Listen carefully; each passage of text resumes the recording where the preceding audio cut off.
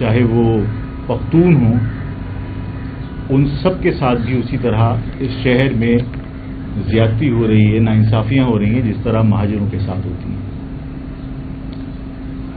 اس شہر میں پچھلے سال 750 لوگ اس ہیوی ٹریفک کی زد میں آ کر لوگ جاں بحق ہوئے، اور اب تک 262 لوگ جنوری سے اب تک ان حادثات میں جاں بحق ہو چکے ہیں۔ میں نے جب ڈمپر کے حوالے سے حکومت سے درخواست کی کہ ان ڈمپرز کو، ان واٹر ٹینکرز کو، جو آپ کے موٹر وہیکل ڈپارٹمنٹ کے جو اسپیسیفکیشن ہے اس کے مطابق ان کو فٹنس سرٹیفکیٹ جاری ہونے چاہیے، ان کی رجسٹریشن چیک ہونی چاہیے، ان کے ڈرائیورز کی فزیکل فٹنس ضروری ہے، اس کے بغیر اس شہر میں ان کو آنے سے روکا جائے، جس کی وجہ سے یہاں لوگ جاں بحق ہو رہے ہیں، حادثات کے اندر ان کی جانیں جا رہی ہیں۔ اور جب حکومت نے سرد مہری کا مظاہرہ کیا اور حادثات پہ حادثات ہوتے رہے تو میرا دکھ، میرا غصہ فطری تھا۔ میں نے لوگوں سے درخواست کی کہ اگر حکومت نہیں روک پا رہی یا نہیں روکنا چاہتی، اور ہمارے جو بچے، ہمارے جو شہر کے لوگ آئے دن ڈمپر اور واٹر ٹینکرز کے نیچے آ کے کچل رہے ہیں، تو پھر ان کی زندگیاں بچانے کے لیے ہمیں ان ڈمپرز اور ٹینکرز کو شہر میں آنے سے روکنا ہوگا۔ اور انہوں نے روکنے کی کوشش بھی کی۔ میری اس درخواست کو باقاعدہ دہشت گردی کہا گیا اور 780 کی دفعات لگا کر مجھے گرفتار کر کے جیل بھیج دیا گیا۔ میں نے پہلے بھی عرض کیا تھا کہ جو لوگ جاں بحق ہوئے ہیں ان کے دکھ سے، ان کی تکلیف سے میرا اور بہت سارے درجنوں لوگ جو گرفتار کیے گئے ان کی گرفتاری میں جو تکالیف ہوئیں وہ تکالیف ان تکالیف کے مقابلے میں کچھ بھی نہیں ہے جو خاندان جن کے پیارے جاں بحق ہو گئے وہ لوگ اس تکلیف کو برداشت کر رہے ہیں۔ کل بھی اس شہر میں اسٹریٹ کرائم کے اندر یعنی آپ ویڈیو کلپ دیکھیں تو ہر ویڈیو کلپ جو ہے وہ دل کو بے قابو کر دیتی ہے کہ یہاں کھلے عام ایک باپ کو اسٹریٹ کرائم کے اندر ڈکیت جو ہے وہ گولی مار رہے ہیں اور اس کا چھوٹا معصوم بچہ پتھر اٹھا کر پتھر سے اس ڈکیت کو مار کے اپنے باپ کو بچانے کی کوشش کر رہا ہے۔ وہ بے بسی کے عالم میں جو کر سکتا تھا اس معصوم بچے نے کیا، لیکن کسی گورنمنٹ کو ان معاملات کو روکنے میں کبھی کوئی دلچسپی مجھے نظر نہیں آئی۔ میں ایک بار نہیں متعدد بار کہہ چکا ہوں اور میں آج بھی کہتا ہوں، یہ نہیں کہ الطاف ہمارا کارکن بھی کسی حکومت کو اور حکومتی ایجنسیوں کو وانٹڈ ہوگا تو وہ زمین کھود کے نکال لیتے ہیں، لیکن اس شہر کے اندر مستقل اسٹریٹ کرائم ہو رہے ہیں لیکن کوئی گرفتاری نہیں عمل میں آتی۔ یہ میسج دیا جاتا ہے کہ اس شہر کے لوگ انسان تصور نہیں کیے جاتے۔ جب ہم یہ کہتے ہیں کہ پاکستان پیپلز پارٹی بدعنوان ترین پولیٹیکل پارٹی ثابت ہوئی ہے، سندھ حکومت بدعنوان ترین حکومت ثابت ہوئی ہے، تو غلط نہیں کہتے۔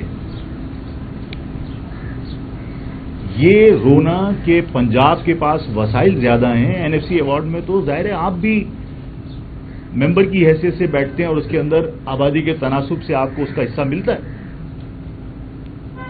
اس پیسے کا اگر آپ صحیح طریقے سے استعمال کر لیں تو آپ اس شہر کی شکل تبدیل کر سکتے ہیں، لیکن آپ کو اپنی جیبیں اور اپنے خزانے بھرنے سے فرصت نہیں ہے۔ لاہور کے اندر 8000 کیمرے لگائے ہیں جو کراچی سے بہت چھوٹا شہر ہے۔ 8000 سی سی ٹی وی کیمرے کے ذریعے انہوں نے پولیس کے کام کو تقریباً ختم کر دیا۔ وہاں ٹریفک پولیس چالان نہیں کرتی، یہاں آپ نے خود تو کرپٹ ہیں ہی ہیں، آپ نے اداروں کو کرپٹ کر دیا. یہاں ٹریفک پولیس کا ہر شخص، ہر فرد جو ٹریفک پولیس کا ملازم ہے، وہ اپنی ڈیوٹی کے دوران زیادہ سے زیادہ چالان کرنے کی کوشش کرتا ہے، اس لیے کہ اس کا 30% اس کو ملتا ہے. اگر دن بھر میں اس نے 1 لاکھ کے چالان کی تو 30,000 روپے اس کو کمیشن ملے گا. وہ اس شہر کو ادھیڑ کے اپنی جیبیں بھرتا ہے. وہاں ٹریفک پولیس کا رول منیمائز ہو گیا. وہاں ای چالان کیمرے کے تھرو بندے کو اس کی نشاندہی ہوتی ہے اور اس کے بعد اس کے گھر اس کے چالان پہنچ جاتے ہیں. وہاں رشوت نہیں ہے. میں وہاں کی ترقی پر بعض اوقات جیلس ہوتا ہوں اور میں یہ بھی بعض اوقات غصے میں کہتا ہوں کہ یہ میرے پیسوں سے لاہور کے اندر ڈیولپمنٹ ہو رہی ہے یا اسلام آباد میں ڈیولپمنٹ ہو رہی ہے، میرے شہر کے اوپر کیوں نہیں ہو رہی؟ ٹھیک ہے، میں وفاق سے بھی شکوہ کرتا ہوں، لیکن اس سے زیادہ قصوروار، اس سے زیادہ ذمہ دار مجرم کی حیثیت سے اس شہر کی پیپلز پارٹی ہے کہ پیپلز پارٹی ان تمام وسائل کو اپنے ذاتی مفادات کے لیے استعمال کرتی ہے. اس کے علاوہ اس نے شہر کے مفادات کے لیے کام نہیں کیا. میں نے کہا تھا کہ شہر کھود کے رکھ دیا. جو پروجیکٹ 6 مہینے میں کمپلیٹ ہوتا ہے وہ 3 سال تک اس کو پرولونگ کرتے ہیں تاکہ جو آج آپ نے اسٹیمیٹ اس کا نکالا ہے وہ 6 گنا بڑھ جاتا ہے. جو پروجیکٹ آپ نے 6 ارب کے اندر اسٹارٹ کیا تھا وہ 36 ارب پہ آپ لے کے چلے جاتے ہیں. اور سب کو معلوم ہے کہ کمیشن ڈیولپمنٹ سے پہلے ٹینڈر دیتے وقت ہی وصول کر لیا جاتا ہے. اور ظاہر ہے کہ میری اس گفتگو کے بعد کہا جائے گا کہ لاؤ ثبوت لاؤ. جو میں نے کہا تھا کہ حالت یہ ہے کہ ہمارا الیکٹرانک میڈیا کے جو مالکان ہیں، میں جرنلسٹوں کی بہت قدر کرتا ہوں کہ یہ لوگ صبح سے شام تک بھاگے بھاگے پھر رہے ہوتے ہیں اور محنت کرتے ہیں اور کھود کے خبریں لے کر آتے ہیں. لیکن وہ خبریں اگر حکومت کے خلاف ہوں اور سچائی پر مبنی ہوں تب بھی مالکان اس کی اشاعت یا اس کو براڈ کاسٹ کرتے ہوئے ڈرتے. اس کی وجہ یہ ہے کہ ظاہر ایڈورٹیزمنٹ کی مد میں جو پیسے آنے ہوتے ہیں وہ بغیر گورنمنٹ کی مرضی کے نہیں آتے اور سب جانتے ہیں. اور میں نے کہا تھا، میں کھلے عام آج بھی کہتا ہوں کہ جو ایڈورٹیزمنٹ کی مد میں گورنمنٹ ہمارے اخبارات کو اور الیکٹرانک میڈیا کو پیسے دیتی ہے وہ اس کا ایڈوانس میں اگر پیمنٹ نہیں کرے تو آپ اپنا چیک وہاں سے نہیں اٹھا سکتے. ان حالات کے اندر یہاں کے لوگ کس کے سامنے جا کے شکوہ کریں؟ میں نے پچھلی پریس کانفرنس میں کورٹ کمانڈر سے بھی ریکویسٹ کی کہ اللہ کا واسطہ یہاں رینجرز موجود ہے، آپ رینجرز ظاہر لا اینڈ آرڈر مینٹین کرنے کے لیے کیوں آئی تھی؟ کیا یہاں زمین کی پالک کوئی خراب ہو رہی تھی اس کو صحیح کرنے آئی تھی؟ یہاں لگی ہوئی مولیاں صحیح کرنے آئی تھی؟ انسان بچانے کے لیے آئی تھی رینجرز کہ یہاں انسانی جانیں ضائع ہو رہی تھی. کسی پولیٹیکل اگر یہ تاثر جائے کہ بھائی صرف مقصد یہ تھا کہ بھائی ٹھیک ہے کسی پولیٹیکل پارٹی کے خلاف آپ نے آپریشن کرنا تھا تو ظاہر ہے یہ تاثر غلط جائے گا. آج بھی تو انسانی جانیں ضائع ہو رہی ہیں اور اگر پیپلز پارٹی اپنی ذمہ داری پوری نہیں کر رہی تو کیا رینجرز کی تعیناتی نہیں ہو سکتی کہ اس شہر کے اندر کوئی ہیوی ٹریفک جو گورنمنٹ کی اسپیسیفکیشنز ہیں، جو فٹنس سرٹیفکیٹ ہے اس کے بغیر نہیں آئے گی؟ کتنے حادثات کو روکا جا سکتا ہے؟ ظاہر ہے کہ ہمارے اداروں کی ذمہ داری. اور میں نے کہا تھا کہ لوگ اداروں سے توقعات رکھتے ہیں، لوگ ان پر فخر کرتے ہیں کہ سیلاب اور قدرتی آفات کی موقع کے اوپر یہی ادارے عوام کی مدد کرتے ہیں. تو اس وقت کراچی جو ہے وہ ایک آفت زدہ علاقہ ہے. تب کسی شہر میں جنوری سے اب تک اگر 261 باندھے 262 لوگ مر جائیں تو چھوٹا واقعہ تو نہیں ہے. پچھلے سال 750 لوگ جو ہے وہ حادثات کے اندر مرے، کوئی چھوٹا واقعہ تو نہیں ہے. غزہ کی پٹی کے اوپر اسرائیل بمبارڈمنٹ کر رہا ہوتا ہے، پورے دن بمبارڈمنٹ کے اندر جو ہے وہ 30 آدمی 35 آدمی وہاں جہاں بحق ہوتے ہیں. وہ دکھ کی بات ہے. لیکن یہاں تو کوئی جنگ کے حالات نہیں ہیں، یہاں تو کوئی دشمن سے ہمارا مقابلہ نہیں ہو رہا.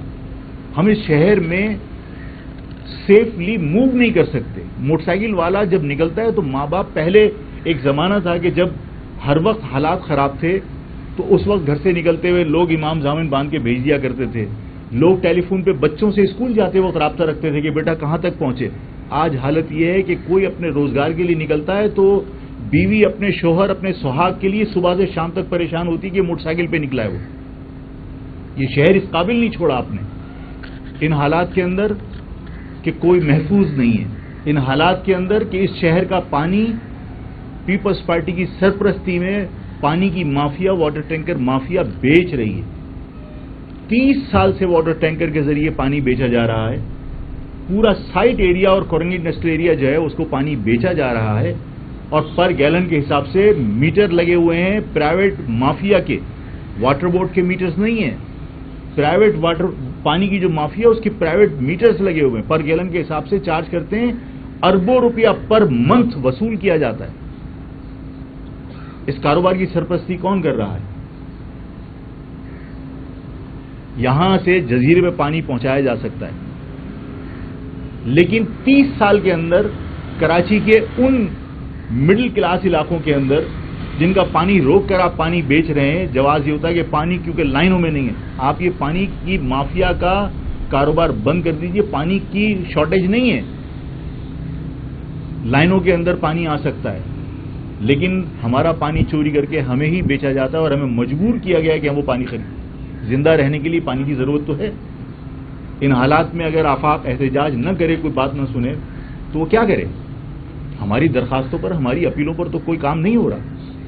آفاق احمد صاحب یہ بتائیے کہ ایک کے بعد ایک واقعہ, ایک کے بعد ایک سازیاں, حکومت کوئی نوٹس نہیں دے رہی ہے. آپ بھی احتجاج کر رہے ہیں, جماعت اسلامی کر رہی ہے, متحدہ قومی امت کی جو حیثیت ہے اس حساب سے احتجاج کر رہا ہے, لیکن حکومت کہیں نظر نہیں آ رہی. حکومت آپ کی بات سننے کو تیار ہی نہیں ہے.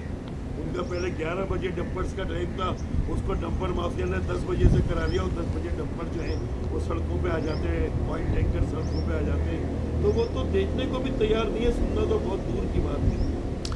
جی درست کہہ رہے ہیں آپ, لیکن میں نے آپ سے کہا کہ دیکھیے جس حکومت کی ہم بات کر رہے ہیں وہ پیپلز پارٹی کی حکومت ہے. پیپلز پارٹی کا اپنا ہمیشہ سے کہنا یہ رہا ہے کہ طاقت کا سرچشمہ عوام ہے. 12 تاریخ کو دیکھتے ہیں کہ عوامی طاقت سے فیصلے ہوں گے یا اس جو وڈیرا گردی ہے فیصلے اس کے چلتے ہیں. سوال یہ کہ 12 تاریخ کے بعد بھی کوئی انقلابی تحریک آپ کی تسلسل کے ساتھ چلے گی, اور 12 تاریخ کو یو پی موڑ پر جو آپ کے کارواں یا قافلے یا ریلی ہوں گے تو وہ کنوینسی کی صورت میں کیا کریں گے, اس کو دائما دینا چاہ رہے ہیں آپ کیا؟ دیکھیے ابھی تک تو ہم نے یہ حکمت عملی بنا لی ہے, اور ظاہر ہے کہ ہم نے شہر کے لوگ جمع ہوں گے تو وہ مجھے نہیں لگتا کہ یو پی موڑ پہ ہی صرف جمع ہوں گے, تو وہ بڑھے گا آگے. شہباز بھائی یہ بتائیے گا کہ آپ احتجاج کر رہے ہیں, تحریک چل رہی ہے, دوسری جماعتیں بھی ہیں, گورنر سندھ بھی کچھ کہہ رہے ہیں, کچھ آ رہے ہیں, لیکن جو ایسوسیشن کے جو سربراہ ہیں ان کے مسعود صاحب کو لیاقت صاحب ہیں, وہ تو وی آئی پیز اور حکومتی عہدیداران جو ہے جو اس سسٹم کو سارا چلا رہے ہیں, ان کے ساتھ بیٹھ کے افطار ہے اور کچھ گیمیاں ہو رہی ہیں. دیکھیے یہی ہماری بدقسمتی ہے کہ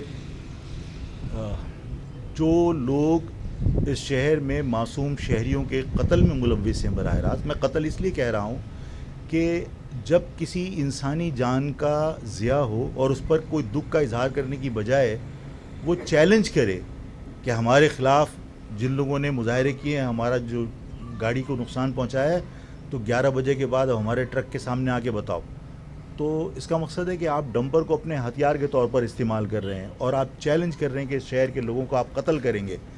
اس کے بعد لوگوں کو, میں یہ نہیں کہہ رہا کہ جا کے اس کو مار دو, لیکن اپنے لوگوں سے اگر آپ کو محبت ہے تو جو آپ کے لوگوں کو مارنے کی بات کر رہا ہے اس کے ساتھ فاصلہ تو رکھنا چاہیے.